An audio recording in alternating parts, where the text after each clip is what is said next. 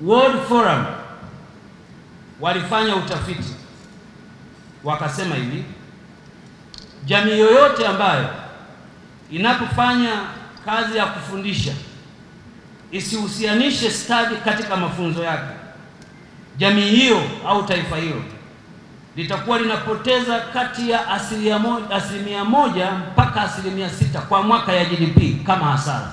Kwa nini? Kwa sababu kutakuwa na unemployment kubwa na hakutakuwa na skill za kutatua matatizo ya watu wake.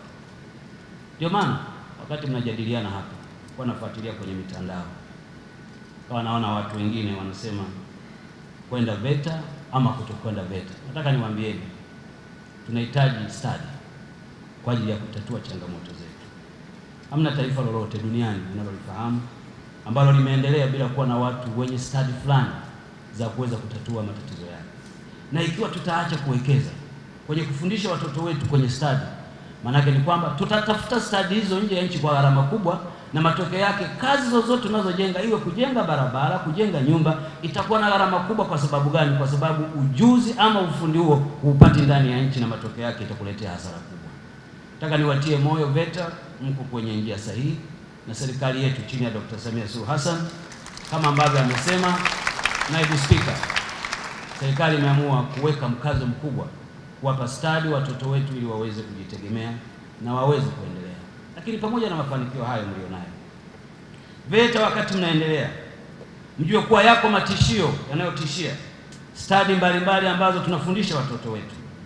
Mabadiliko ya tabia ya teknolojia hapa duniani yamekuwa tishio kubwa sana. OECD mwaka 2019 walitoa taarifa yao, wakasema kuwa kwa miongo miwili sasa sekta ya uzalishaji, yani production sector au manufacturing sector, ilishuka kwa 20%, na sekta ya huduma ikapanda kwa 27%. Kwa nini?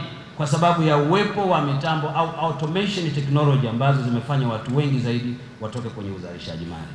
Ukiniambia nifanye tathmini mkutano huu kama mfungaji wa mkutano, umefanikiwa au haukufanikiwa, maoni yangu ni kwamba umefanikiwa sana, tena kuliko wakati wote.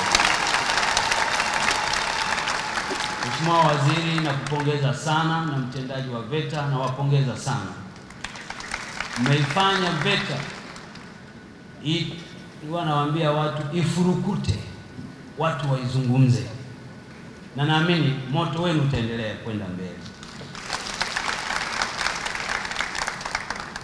Ndugu washiriki, tafiti zinaonyesha kuwa ukiwekeza $1 kwenye ufundi stadi, return on investment au kile utakachokipata ni sawa na kupata $4. Yani kila $1 inayowekezwa kwenye VETA au kwenye ufundi stadi ina uwezo wa kukuletea $4. Maana yake ni kwamba kama kuna mahali ambapo tunapaswa kuwekeza zaidi ni kwenye ufundi stadi. Bahati njema, tunapomfundisha mtoto au mtu, tunamfundisha kwenye nyanja 3 za ujifunzaji. Tunamfundisha kwenye nyanja ya utambuzi, mwelekeo pamoja na ustadi, au kwa Kiingereza zile Bloom taxonomy of learning, kwa maana ya cognitive, affective pamoja na psychomotor. Eneo ambalo ni muhimu sana ni kwenye psychomotor, linamfanya mtu ajitegemee.